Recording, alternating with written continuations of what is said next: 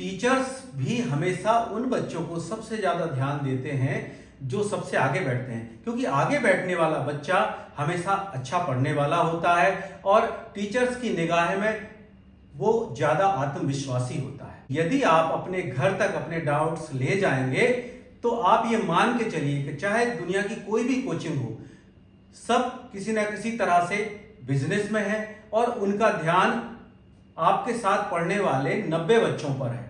तो वो सब 90 बच्चों को एक साथ लेकर के आगे बढ़ रहे हैं। उसमें उनकी ये चिंता नहीं है कि आपको वो प्रश्न समझ में आया है या नहीं आया, आपको वो टॉपिक क्लियर हुआ है कि नहीं हुआ है।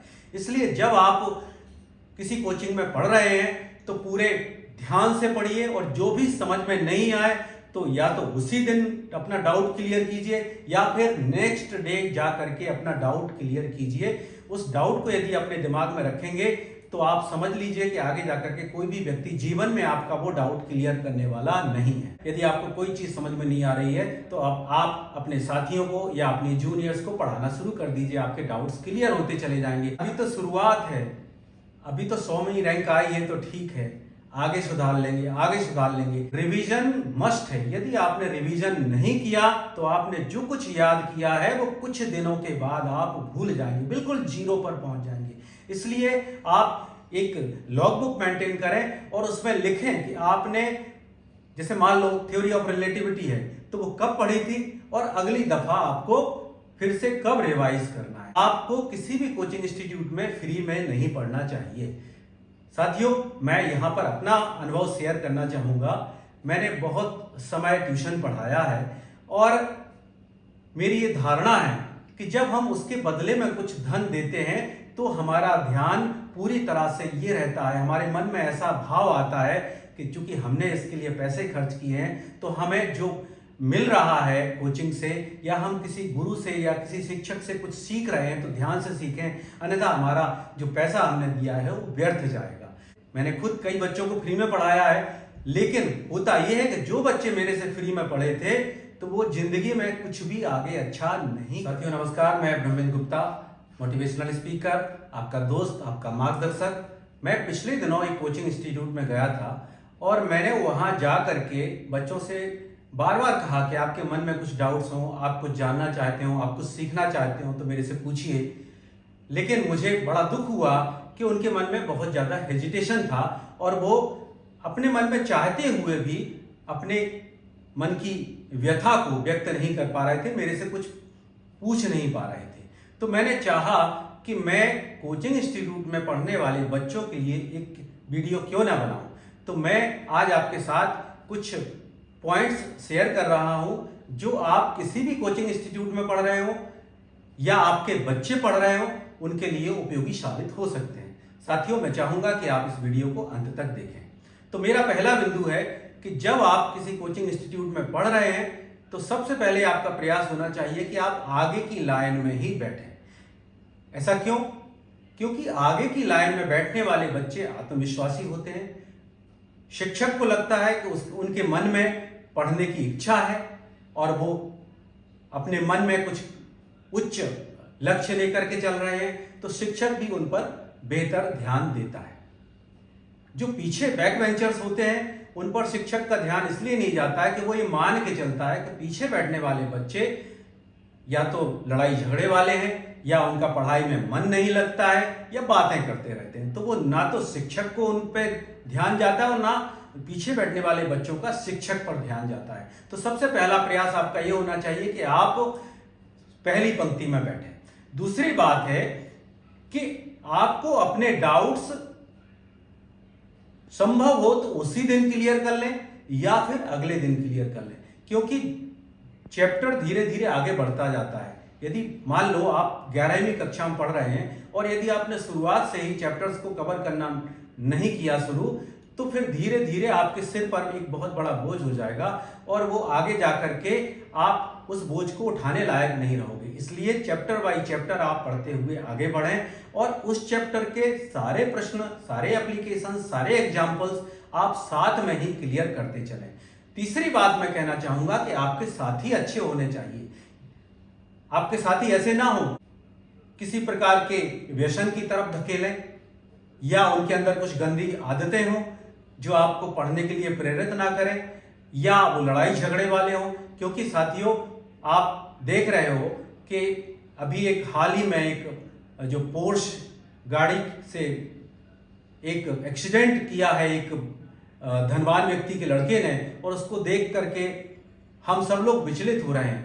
नाबालिग बच्चा एक शराब पी करके अपने पिता के क्रेडिट कार्ड से 48,000 रुपए खर्च करके और शराबी की हालत में जा करके एक मोटरसाइकिल सवार लड़के और लड़की को, जो आईटी इंजीनियर्स थे, उनको जो है उड़ा देता है, मतलब मार देता है। और उसके बाद उनके पिता की और उनके भी पिता की क्या दुर्गति हो रही है, ये सब हम लोग देख रहे हैं। तो साथियों, आप अपनी दोस्ती अच्छे बच्चों के साथ रखें, ऐसे बच्चों के साथ रखें जिनका उद्देश्य आपके जैसा ही हो और जो पढ़ाई लिखाई में रुचि रखते हो और आपको नेगेटिविटी की तरफ ना ले जाते हो। जब भी किसी गुरु से पढ़ें, किसी कोचिंग संस्थान में पढ़ें, तो उनकी जो फीस है उसको जरूर पे करें। हाँ, ये हो सकता है कि आपके पास यदि पूरे पैसे नहीं है तो आप उनको किस्तों में कर सकते हैं या कुछ रिबेट मांग सकते हैं या आप स्कॉलरशिप की मांग कर सकते हैं, लेकिन आप बिना पैसा दिए नहीं पढ़ना है। आपको डे 1 से अपने मन में प्रतियोगिता की भावना जागृत करना चाहिए। साथियों, जब शुरुआत होती है उस समय सिलेबस छोटा होता है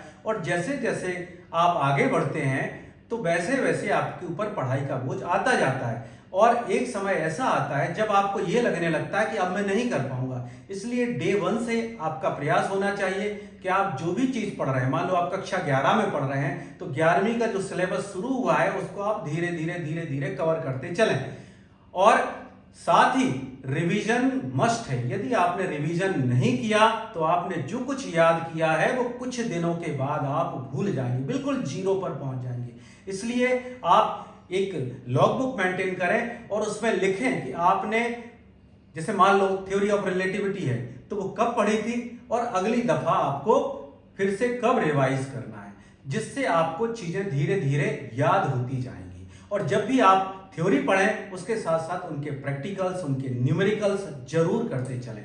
उनके साथ में जो आपको फिगर बनाना है, स्केच बनाना है या कुछ और एप्लीकेशंस सीखना है, वो आप साथ में ही सीखते चलें। साथियों, यहां पर मैं आगाह करना चाहूंगा कि आपको कोई भी क्लास मिस नहीं करना है। मैं यहां पर अपना अनुभव बताना चाहूंगा कि मेरी तबीयत खराब हो गई थी बीएससी फाइनल में। उस समय ऑप्टिक्स का चैप्टर चल रहा था हमारे कॉलेज में और मैं कोचिंग पे भी वो चैप्टर अच्छे से नहीं पढ़ पाया। तो जब मैंने एमपीपीएससी में फिजिक्स का विषय लेकर के परीक्षा दी थी ऑप्शनल के रूप में, तो मैं ऑप्टिक्स के प्रश्न कभी भी अच्छे ढंग से, कॉन्फिडेंट ढंग से सॉल्व नहीं कर पाया। तो जब आप पहली दफा पढ़ रहे हो उस समय ध्यान लगा करके पढ़िए और अपने माता पिता से कह दीजिए कि मैं कहीं नहीं जाने वाला जब तक मैं, मान लो आईआईटी की एग्जाम दे रहा हूं या मैं सिविल सेवा की परीक्षा दे रहा हूं, जब तक मेरे पेपर्स नहीं हो जाते या जब तक मेरा सिलेबस कवर नहीं हो जाता, मैं किसी शादी में नहीं जाऊंगा, मैं किसी बर्थडे में नहीं जाऊंगा, मैं कहीं घूमने नहीं जाने वाला हूं। जब भी किसी कोचिंग में आप पढ़ने जाते हैं तो आप घर से पढ़ के जाइए, क्योंकि जब आप घर से पढ़ के जाएंगे तो वहां पर आपको जो चीजें बताई जाएंगी वो समझ में आ जाएंगी। यदि आप घर से कुछ भी पढ़ के नहीं जाएंगे तो वहां पर ब्लैंक हो जाएंगे। जैसा कि मैंने पहले कहा कि जो कोचिंग में पढ़ाने वाला व्यक्ति है या जो क्लास में पढ़ाने वाला व्यक्ति है उसका ध्यान पूरे की पूरी क्लास पर है, केवल आप पर नहीं है। उसको तो सबको साथ में लेकर के चलना है। तो यदि आप घर से पढ़ के जाएंगे तो आपको बेहतर तरीके से चीजें समझ में आएंगी। कोई भी चैप्टर जब चल रहा हो उसी समय उसको फिनिश करना है, भले ही आपको उसके संबंध में कितनी भी मेहनत करना पड़े, सारे के सारे डाउट्स क्लियर करना है, जो कुछ भी पूछना है अपने टीचर से पूछिए, अपने दोस्तों से पूछिए। लेकिन जब चैप्टर आपका क्लास में खत्म हो रहा हो तो आपके मन में भी वो चैप्टर खत्म हो जाना चाहिए। यदि आपकी कोचिंग में प्रतिदिन पढ़ाने वाले शिक्षकों के अलावा कोई और विशेषज्ञ आता है तो आप दिल खोल करके अपनी बात रखें, एक्सट्रोवर्ट बने, क्योंकि इंट्रोवर्ट बनने से कई चीजें ऐसी होती हैं जो हमारी जिंदगी से छूट जाती हैं। तो आप एक्सट्रोवर्ट बन करके उनसे अपने मन का हाल पूछें, आपकी कोई समस्या है, आप कुछ गाइडेंस लेना चाहते हैं तो वो उनसे जरूर पूछें। और आप ये विश्वास कीजिए कि कई बार ऐसे ऐसे लोग आपकी जिंदगी में आते हैं जो शायद दूसरी बार आपको ना मिले, तो आप कभी भी प्रश्न पूछने का मौका मत छोड़िए और कभी भी हेजिटेट नहीं कीजिए कि आपके साथ के बच्चे क्या सोच रहे हैं। जो उन्हें सोचना है सोचने दीजिए। आपके मन में जो डाउट है आप जरूर पूछिए। जब बात प्रतियोगिता की आए तो शुरुआत से ही आप प्रतियोगी बने रहें और प्रयास ये रहे कि आप शुरू से ही पढ़ाई में आगे रहें, क्योंकि एक बार यदि आप पीछे हो गए तो फिर आप पढ़ाई में पीछे ही होते जाएंगे। जो एक बार अपना रिदम पकड़ लेता है वो फिर कभी भी पीछे नहीं मुड़ के देखता।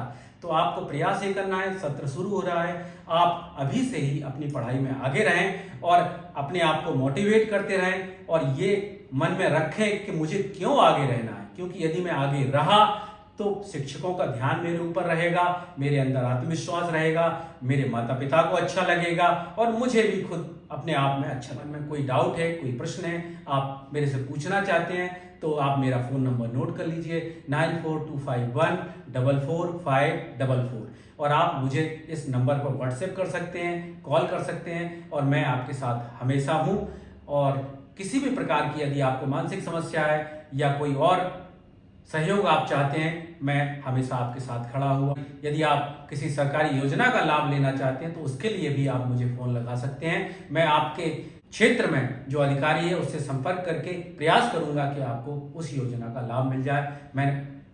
आपने मेरा वीडियो अंत तक देखा, इसके लिए मैं आपका बहुत बहुत आभारी हूँ। धन्यवाद। जय हिंद, जय भारत।